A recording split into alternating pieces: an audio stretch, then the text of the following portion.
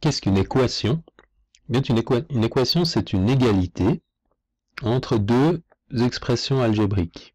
Donc ici et là, à gauche de l'égalité, vous avez ce qu'on appelle une expression algébrique, et ici, une autre expression algébrique. Alors évidemment, la question qui se pose, c'est qu'est-ce que c'est qu'une expression algébrique?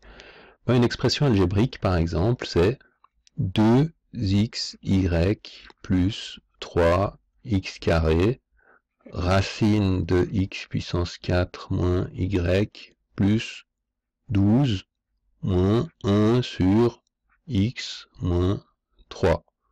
Voilà des expressions algébriques particulièrement compliquées. Donc une expression algébrique, c'est en fait un mélange de nombres, des nombres qui peuvent être entiers, mais on pourrait aussi avoir des nombres qui sont des nombres à virgule. On pourrait mettre ici 0,12 par exemple. On pourrait mettre ici plutôt que 1 racine carrée de 7.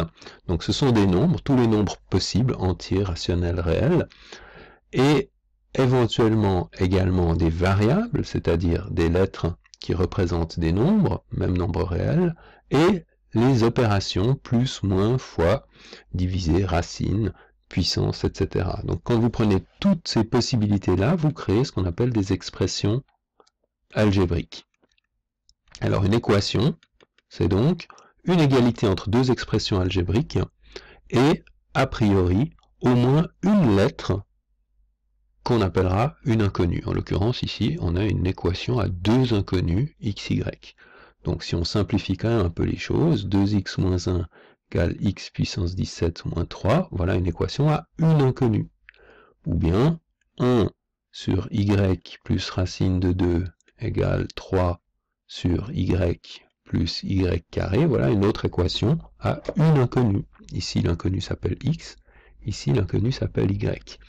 Donc bien sûr qu'on se rend compte que ces trois exemples d'équations ne sont pas particulièrement sympathiques. Donc en mathématiques, on essaie toujours de classer les objets mathématiques dans des catégories qui sont assez cohérentes, donc qu'on peut traiter de façon globale. On va donc s'intéresser finalement aux objets les plus simples dans le monde des équations. Donc qu'est-ce qui est le plus simple? Dans un premier temps, c'est de considérer une équation dans laquelle il y a une seule inconnue. Et puis, parmi les équations qui ont une seule inconnue, essayez de prendre les équations les plus simples qui soient, et la famille des équations les plus simples qui soient, c'est celle qu'on appelle les équations à une inconnue du premier degré. Ou, dans l'autre sens, les équations du premier degré à une inconnue. Exemple, 2x plus 3 égale moins 5x plus 7. Pourquoi une inconnue? Parce qu'il n'y a manifestement qu'une inconnue dans chacune des deux expressions qui forment l'équation. En général, on appellera cette inconnue x. Et pourquoi du premier degré? Parce que la seule chose qui est autorisée pour cette inconnue, c'est d'être présente à la puissance. Lorsque j'écris 2x, c'est comme si j'avais 2x puissance 1 moins 5x puissance 1. Donc la seule puissance autorisée de l'inconnu, c'est la puissance 1. Donc, par exemple, moins 3x égale 3,1x plus 2, c'est aussi une équation du premier degré à une inconnue, parce qu'il n'y a qu'une inconnue qui est x, et cette inconnue n'apparaît qu'à la puissance 1, donc sont autorisés des nombres seuls, plus 2. En réalité, ce plus 2, si on veut faire un peu le malin, on pourrait dire que c'est comme x à la puissance 0, x à la puissance 0 étant égal à 1. Donc c'est comme si la plus grande puissance possible de l'inconnu était la puissance 1. Mais bon, on va rester simple. Attention, il y a une subtilité. Si je regarde cette équation, 1 sur x plus 1 égale 3x plus 4, ça n'est pas une équation du premier degré. Et pourquoi est-ce que ça n'est pas une équation du premier degré? Parce que ce qu'on veut pour les équations du premier degré, c'est que cet inconnu non seulement soit à la puissance 1 uniquement et exclusivement des deux côtés de l'égalité dans les deux expressions, mais également qu'elle ne soit pas au dénominateur d'une fraction. Donc on doit rester sur un numérateur pour les inconnus à la puissance 1.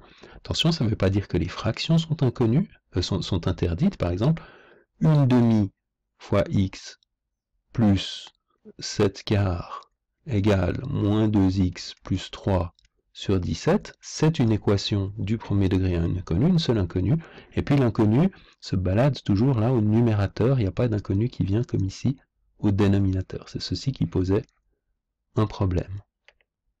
La forme générale d'une équation à une inconnue, c'est une équation, donc une égalité, où le membre de gauche peut s'écrire après éventuelle réduction sous la forme ax plus b, et le membre de droite après éventuelle réduction sous la forme cx plus d. Par exemple, 2x plus 3 égale 5x plus 8, etc. Alors si on veut être un tout petit peu formel, ça veut dire que x est ce qu'on appelle une variable, puisque elle peut prendre des valeurs potentielles quelconques dans l'ensemble des nombres réels, variables réelles, alors que a, b, c et d sont, elles, des constantes réelles. Par exemple, ici, a égale 2, b égale 3, c égale moins 5 et d égale 10. Il y a encore une petite condition, c'est qu'on n'aimerait pas que a et c soient les deux égales à 0 en même temps, parce que si c'était les deux égales à 0, on n'aurait plus d'inconnu, puisque 0 fois x et 0 fois x des deux côtés disparaîtraient. Voilà, première notion d'équation du premier degré à une inconnue.